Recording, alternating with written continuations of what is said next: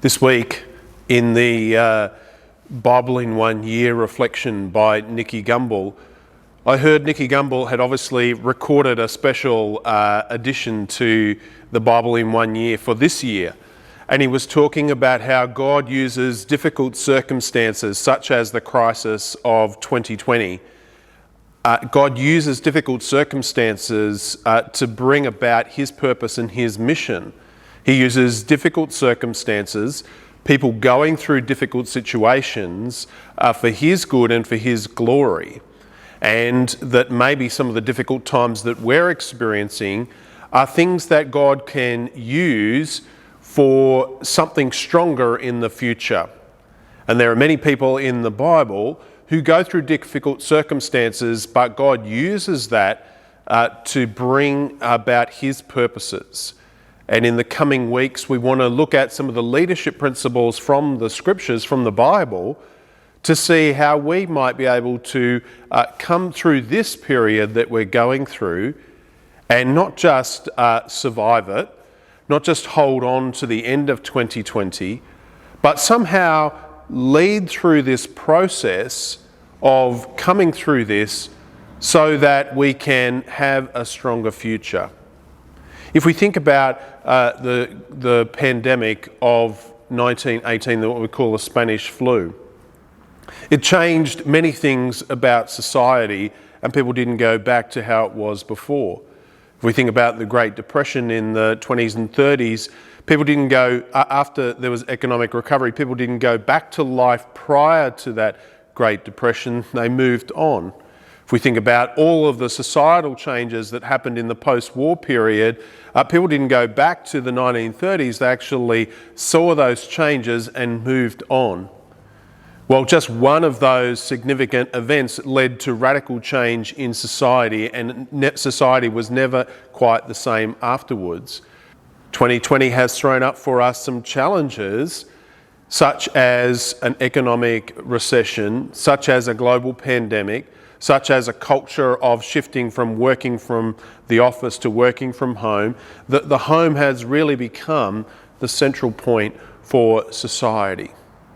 So in many ways, we're in a critical point in time where we can't just long to go back to how things were in 2019.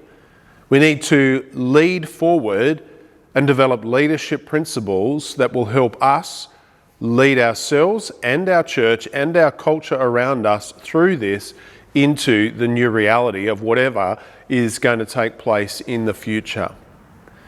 So this week I attended a global leadership summit hosted by a group of Christians in the US, and it streams right around the world. And there was a talk by a pastor called Craig Rochelle there, and he's a pastor in the US.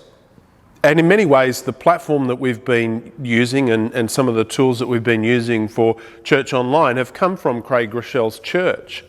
And Craig Rochelle was sharing how this has been a challenging and difficult year for him and for his church, and really for every church, as we negotiate what has been happening this year. Also in his book, Seth Godin, in his book called The Dip, he talks about surviving what can be a crisis or a low point in development of something. And so I want to teach you this principle and how it might apply to us and in our situation. If we think about a time scale and we have development on one side and time on the other, the life cycle of many things goes through this rhythm where there's a steep period of rapid development as it begins, which starts to slow down. There's sometimes a bit of a plateau, and then there's a decline, and there's just a natural life cycle that takes place. And sometimes when you think about starting a new job, there's a great development as you start that new job. You get to this period where you actually know your job quite well, you're not growing that much. And sometimes if you don't continue to find ways to grow in that job, you actually see a decline in your development in that job. And that's the point at which many of us say, well, it's actually time for us to get a new job, and we close up that job and we move into something new. You can think about the life cycle of organisations and think about something like a Facebook or an Instagram or some other tech company, had this rapid development as they actually start something new and create a new market for themselves. And then they have this plateau where they actually just become comfortable. And then there's a natural life cycle where there's another competitor that comes in. They're no longer the new thing on the market, and there's a bit of a decline in that. Well, we can also think of something similar in the life cycle of ministry in the church. We see a new need in a community, a new need in a church, and so we start a new ministry to cater for that need, and then eventually it sort of runs its life cycle, has a bit of a plateau, and then the momentum behind that starts to decline, and eventually we wrap up that ministry and we look for a new need. And that's one of the patterns of the life cycle. But what's interesting is that in 2020, something happened through a crisis that meant where we were, some of the momentum that we were seeing, and we maybe hadn't reached the plateau, but all of a sudden we saw a sharp decline, and we saw this almost the momentum that we had fall off a cliff as we were put into a pause because of the restrictions that came into place in 2020. We didn't know at the time what the length and the depth of that sudden abrupt decline would be. In April, as we were heading into Easter, if you asked me what was going to be the length, I would have said that in terms of the church, that it would have just been a temporary kind of stay-at-home order, and then after Easter we would sort of almost get back onto the pattern of momentum that we were seeing.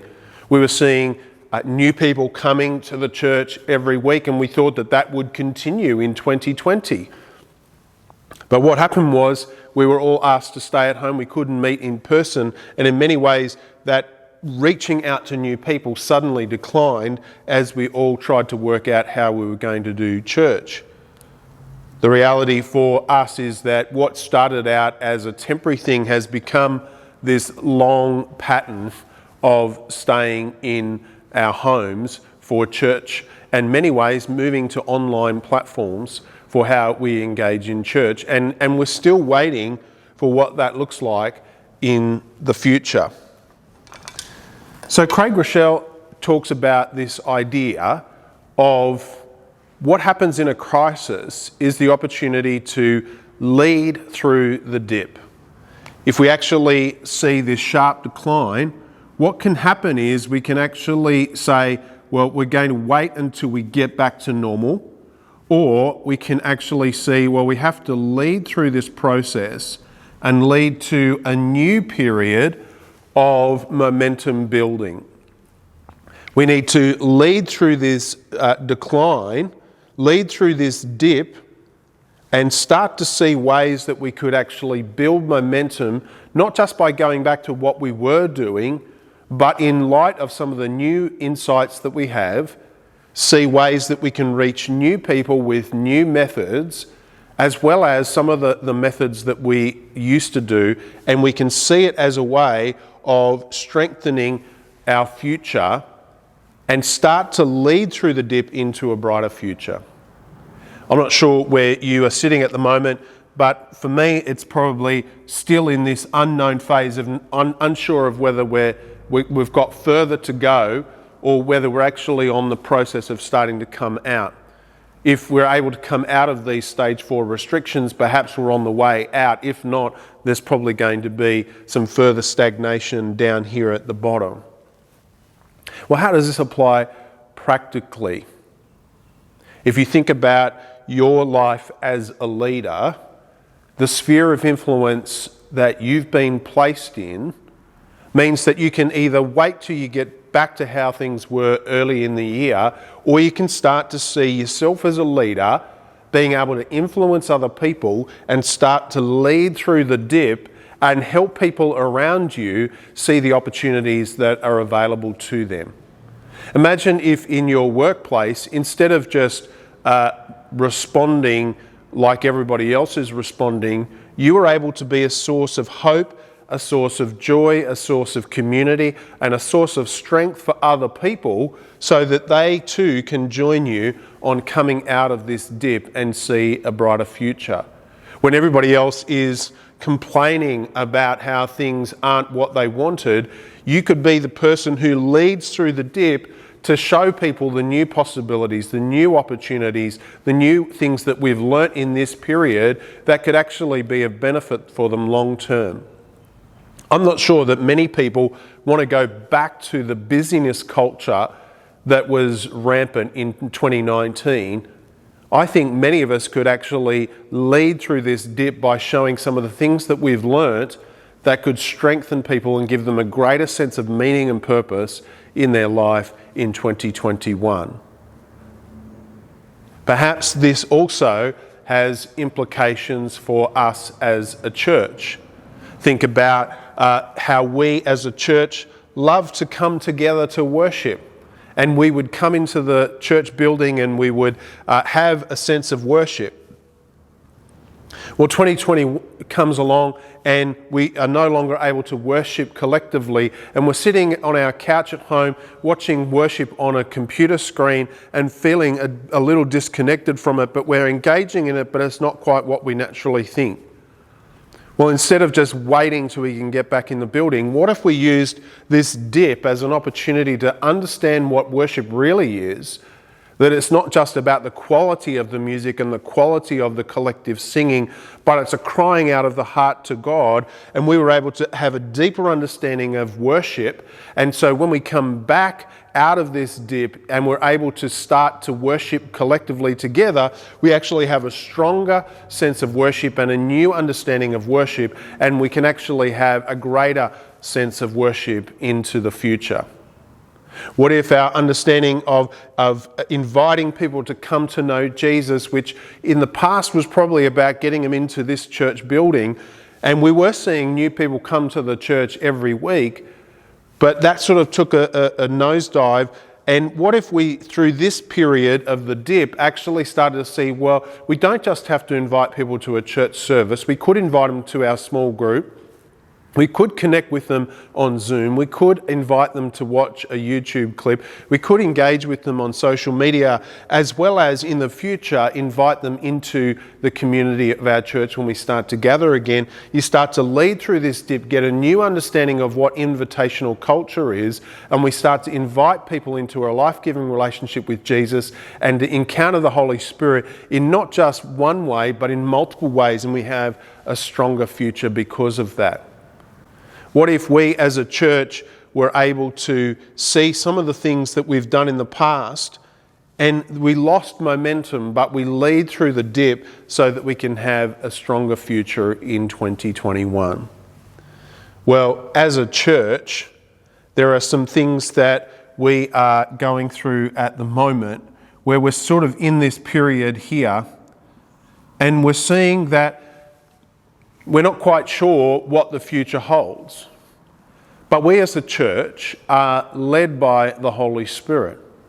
So there was a time where I was at another online conference about 2 months ago, and I just felt prompted by the Holy Spirit with the words, sow in where you want to see revival happen.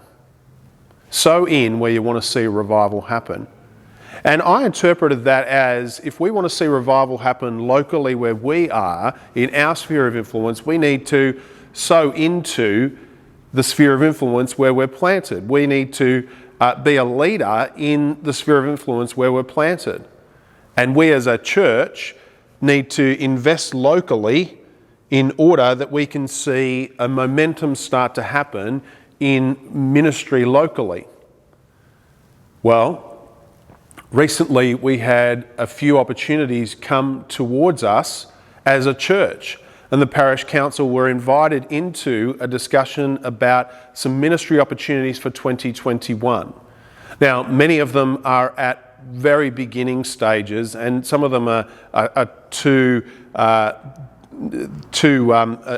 a seed idea to be able to share with you at the moment, and we can't really give you concrete details, but I just want you to know that there is hope for 2021, and there's hope for mission and ministry in 2021 as we start to lead through the dip, prepare and sow into what the Holy Spirit is leading us to do. Not quite sure of exactly where the Holy Spirit is leading us yet in concrete terms, but trusting that if we follow the Holy Spirit, we'll lead through the dip and see a brighter future, a stronger future, and we'll see the momentum and the development of mission and ministry into 2021.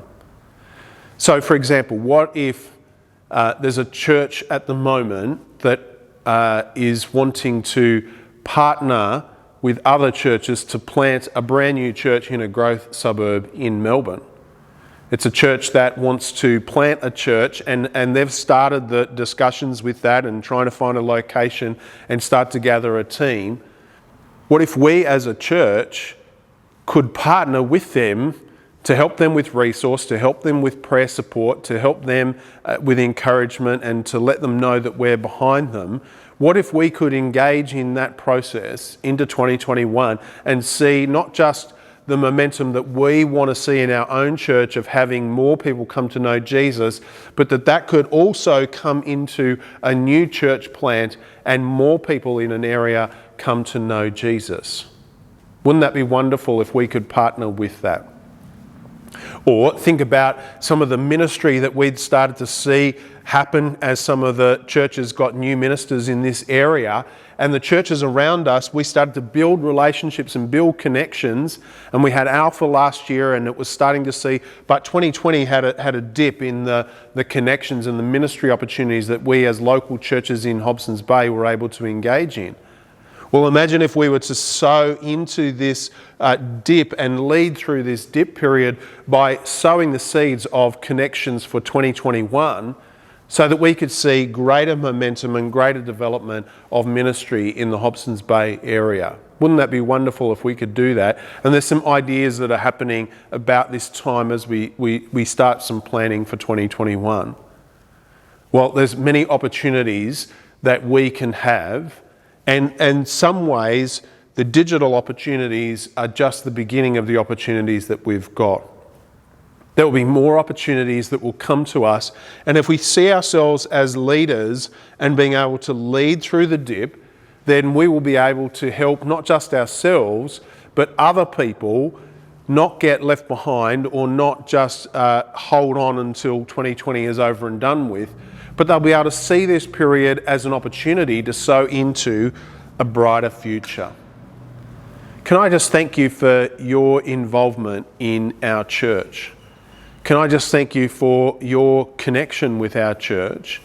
And I just encourage you to continue to pray for the leading and the prompting of the Holy Spirit in this season. That we would not just hold on till the end of the year, but that we would use this as a chance to lead ourselves and others through the dip into whatever future the Holy Spirit has for us in the future.